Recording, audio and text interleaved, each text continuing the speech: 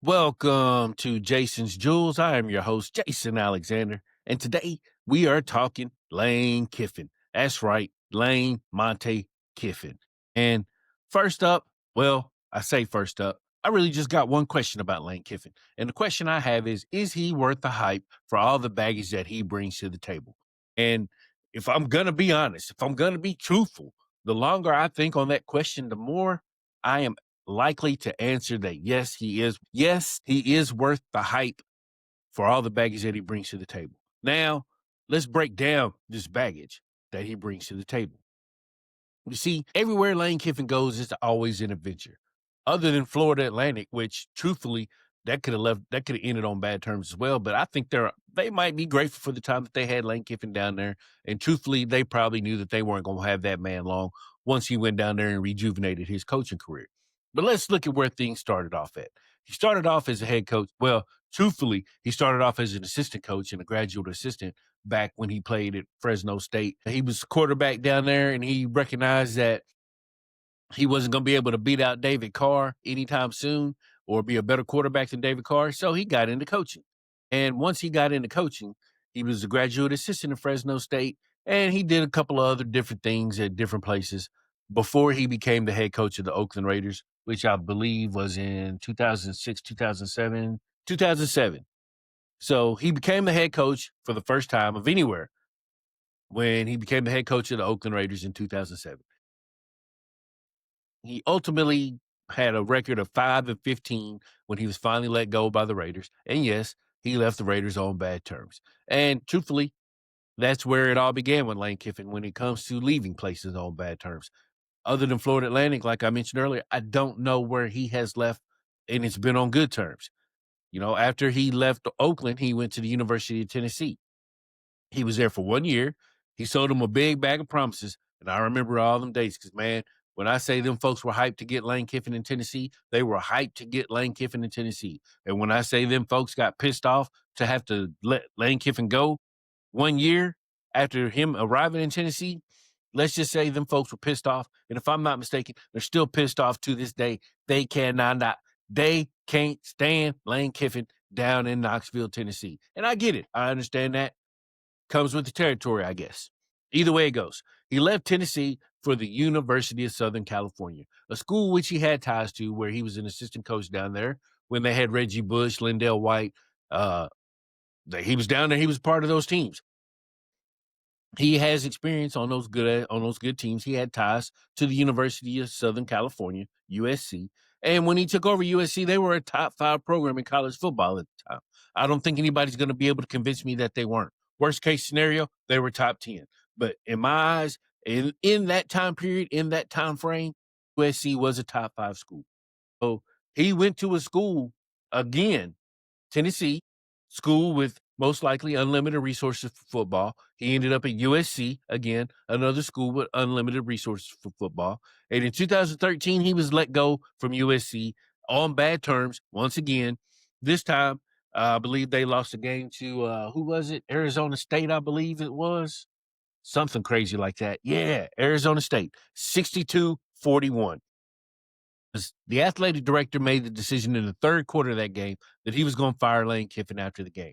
And not only did they fire Lane Kiffin after the game, they humiliated that man. They pulled that man off the team bus, pulled him into the airport, said, "You're fired."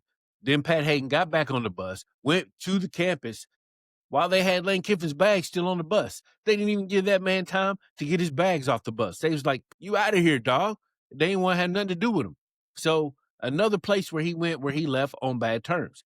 After he left USC, he went to Alabama, became the offensive coordinator down there, where he has shown that he can run an offense. This man, he might be an offensive genius the same way his dad is a defensive genius. So I'm not going to sit here and act like Lane Kiffin isn't a good football coach. He is clearly a good football coach.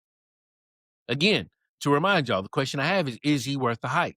And I'm just going through the places where he's left on bad terms, because everywhere he's gone, except Florida Atlantic, and I know I sound like a broken record when I say this, he's left on bad terms. So this is the baggage I'm speaking of. But anyway, left Alabama, was down at Alabama's offensive coordinator, went down there, left before the college football playoffs began in 2019, I believe is when it was.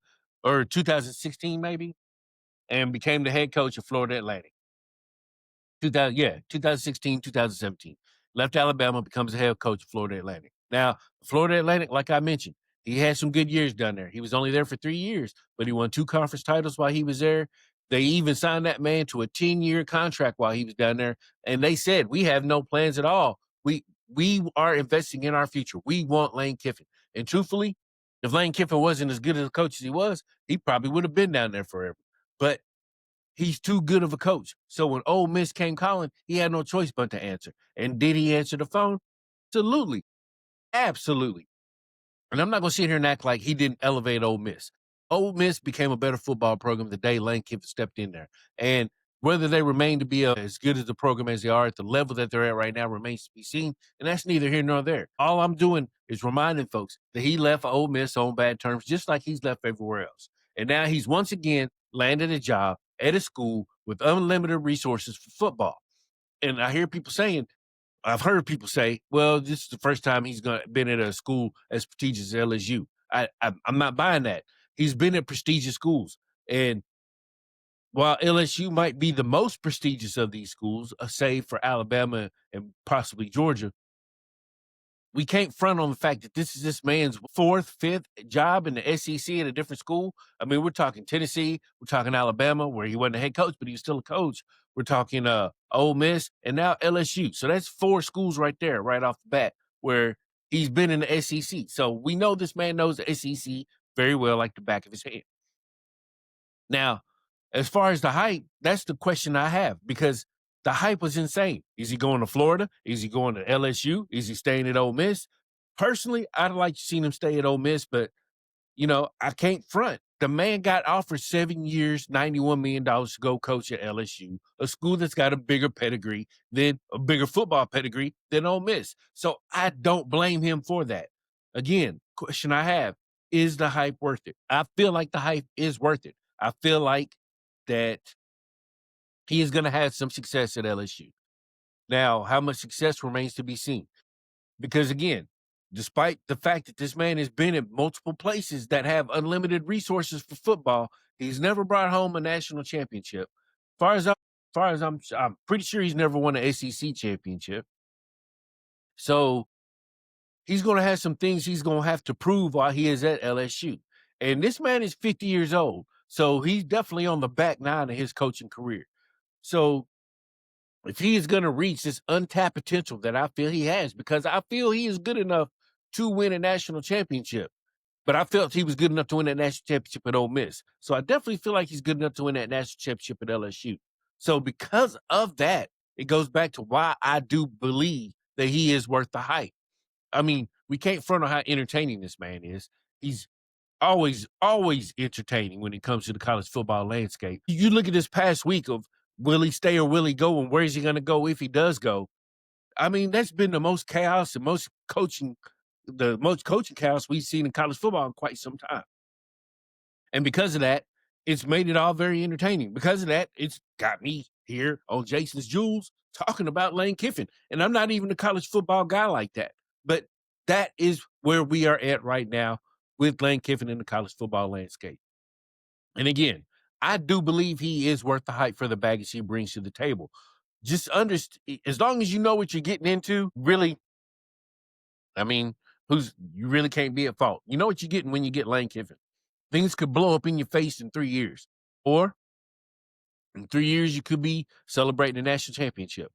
We shall see. Either way it goes, as a college football fan, as a fan of chaos in college football, I'm here for it all.